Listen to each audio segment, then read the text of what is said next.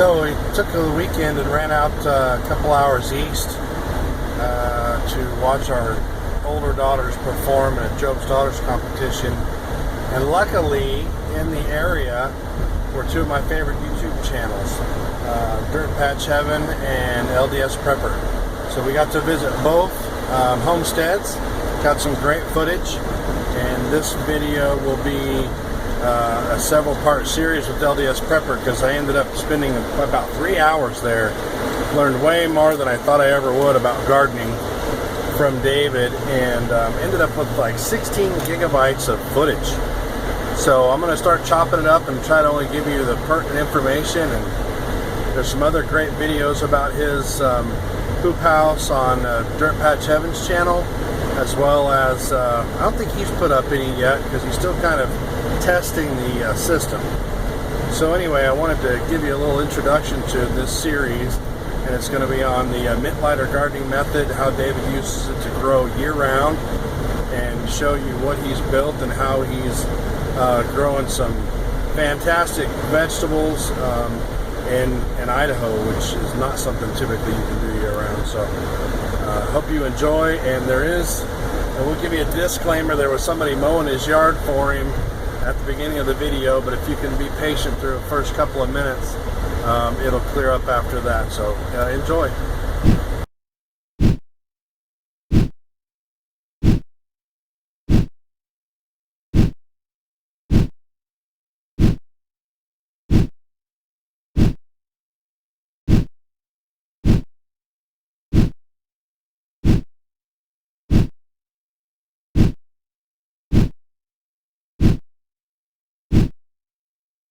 But listening to Dirt Patch Heaven and some other people, you're way ahead of the curve, so I'm curious to see what you've got growing. Well, we've got the greenhouse, and then we've got a regular outside garden, so we'll show you both. And you built this around March or February, or? Yeah, January. January, okay. So I saw the video where you excavated. Right. And I saw the tubing. Right. And you basically have the ends coming out at each end. Right. And you got a fan circulating it through. Right. So now when it's 90-something degrees outside, you draw it into the ground and it cools at a good, what, 20 degrees? It drops down to 66, 65 degrees. 25 degrees. And it puts it back in. You do leave it open for the pollinators to come through. Right. Because if it's above 40 degrees, I don't need to run it. Okay. Actually, if it's above 32 degrees, I don't need to run it. But I like to keep at least 40 degrees in there. Okay. And I'm just following the book that I bought at mittleidergardening.com called the Mittleider Gardening Course book. And in there it says plant your plants, your tall plants on the north or east side, because we're in the northern hemisphere, so the sun comes in the east, but it's always on the south a little bit. So here's my tall plants here, and this is the north. They're north of these plants, so they're not going to block the light over here. We have peppers and cabbage and other things over here, and then on the north side, we have the cool-loving plants, the lettuce and so forth, which we want to help keep cool so it doesn't get too hot, so that's why I have them over there.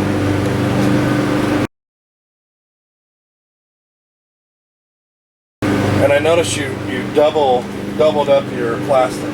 Yes, that's really important. Is that for insulation, or is that for the weather that's hitting it from the outside, or? Actually, it does both. Primarily for the insulation. It really helps keep the temperature the same. Reduces temperature fluctuation inside here, whether it's cold outside, keeping it warm in here, or whether it's hot outside, keeping it cool in here. But what we've noticed with 66-mile-an-hour winds, it doesn't move at all.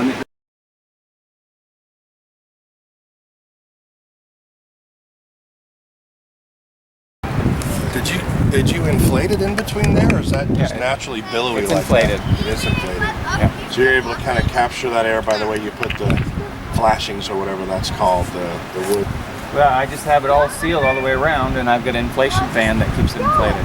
Oh, and where's that at? Back in the back? So that inflation is to prevent it from moving in the wind? Well, you want to explain that again? Why you inflate the layer in between? Well, if you explain it, then I know that I explained it well. So if you just had one layer of the plastic sheeting, over time it's going to take a beating from the weather, and it'll insulate so much. If you double that layer, then the elements hitting it are hitting the outside layer, and there's still a protected inside layer. Plus, when you inflate the layer in between, or the air in between the two layers, you're creating kind of an insulator. And as the wind hits it on the outside, it's kind of like hitting a pillow.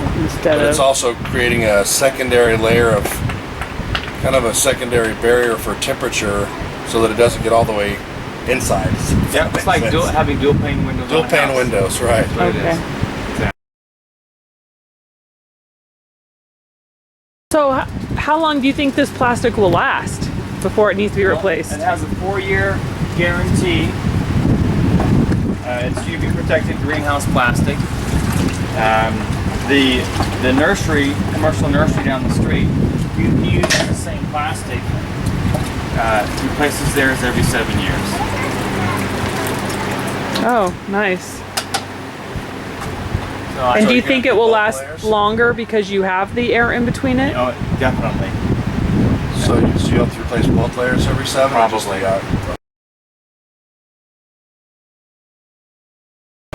What about, I've seen people question PVC in the sunlight versus, like one of your commenters said, galvanized pipe or something. They thought would be a better alternative because of our cold winters and our high winds up here. But it sounds like this is pretty sturdy. Galvanized pipe would be great. It'd probably be 10 times more expensive. I think I saw you said about $1,200 for this.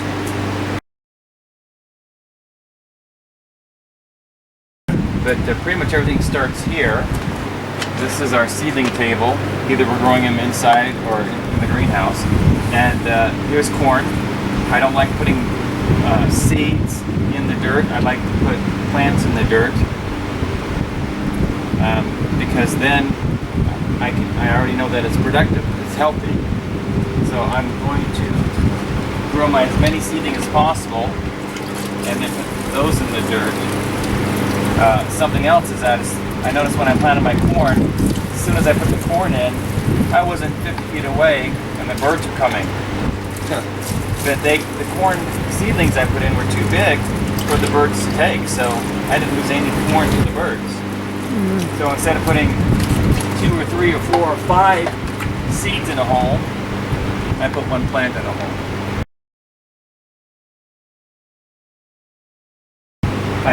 I will germinate 10% more plants than I plan on putting in the garden. Then I can pick the healthiest plants and give the others to my neighbor. Okay? Is that the same growing medium in that box that it is down here? And this is a 2-part sawdust, 1-part sand, half-part perlite. You did a video showing how you do your seedlings in the house under your grow lights, and I missed the perlite part. So it's sand. It's 2 parts sawdust, 1 part sand, and half-part perlite. Right. And then you start them under a grow light. And I notice you adjust the grow light too sometimes, and I'm not sure why. Well, you want it to be as close to the plant as possible without getting too hot for the plant. So depend on the plant, it depends on how much heat is coming off that, and you don't want to put it too close. You're pretty scientific. Do you have a thermometer on the grow box? We do have a thermostat. And what's optimal? Well, according to the Mittleider Gardening Course book, everything germinates. You can get the highest germination between 70 and 85 degrees. So that's what you keep the box. So that's how you know how close to get. We keep this right. We keep it around 80 degrees. Yeah. They're looking for little kids. Here's our peppers. Wow, that's a big pepper. I'd like to see that weed over there. So I think I heard the weeds are pretty easy to pull out Well, I just pulled because it of the out. medium you use. Yes. So whenever I weed, I just throw things in the walkway. I don't ever leave it in the growing area, and then I'll just come back and pick things up. Okay. But just reach down in there, get a handful of dirt. Just dig down there. Oh wow, yeah. Okay, nice, light. It's moist. It feels like $1,000 soil. This box here, if I would have filled it with Mills mix from Square-Foot Gardening, it would have cost me $1,400 to fill this 4-foot by 30-foot box. Where I bought the sand to mix the sand and the sawdust, I could have bought a raised box soil mix. It would have cost me $540.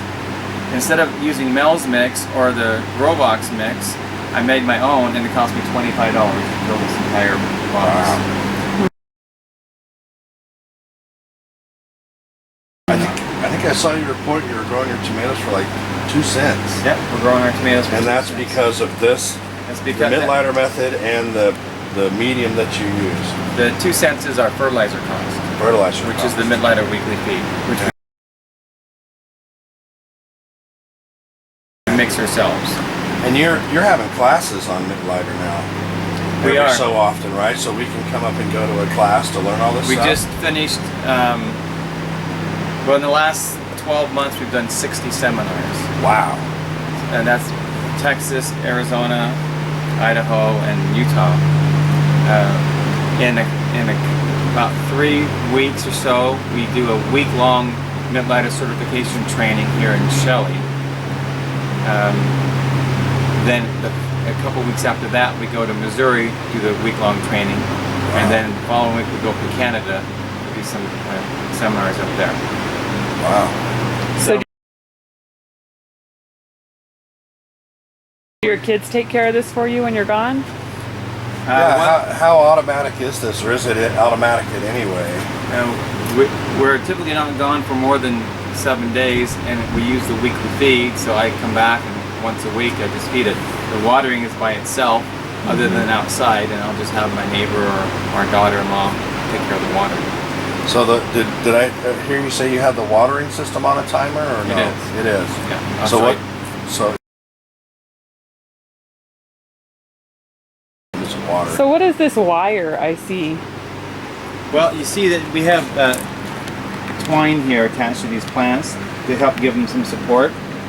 If we attach those directly to the plant, there's a good chance that it may pull the plant out of the ground if somebody hit it. Oh, okay. So that's what the wire is for. Typically when we grow vertically, we only grow 1 row. These are not vertically growing, but they need some support, and I don't want to use a cage. So I have some twine on these to hold them up. And why not a cage? Well, first of all, it's hard to get in through a cage to take care of the plant. Second thing is, a cage takes up space. You're not going to get these plants this close using cages. Okay.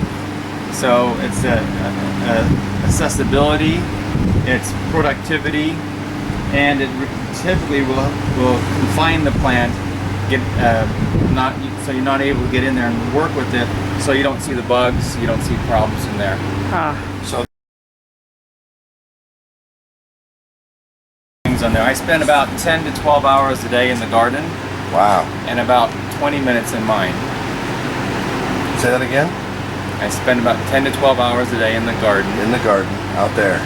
You know, on my Okay. 10 to 12 hours a day in the garden in Idaho. Okay. And about 20 minutes on my property. Gotcha. So when you called, where did I tell you I was? Your neighbors are doing the garden. So I'm helping her with her garden. Gotcha. I've seen probably 30 gardens I've been doing gardening tours and helping people, give them the tips. I've seen about 30 gardens the last 2 weeks. Wow. So I'm way behind on taking care of my garden here, but I think it's important that we pay it forward.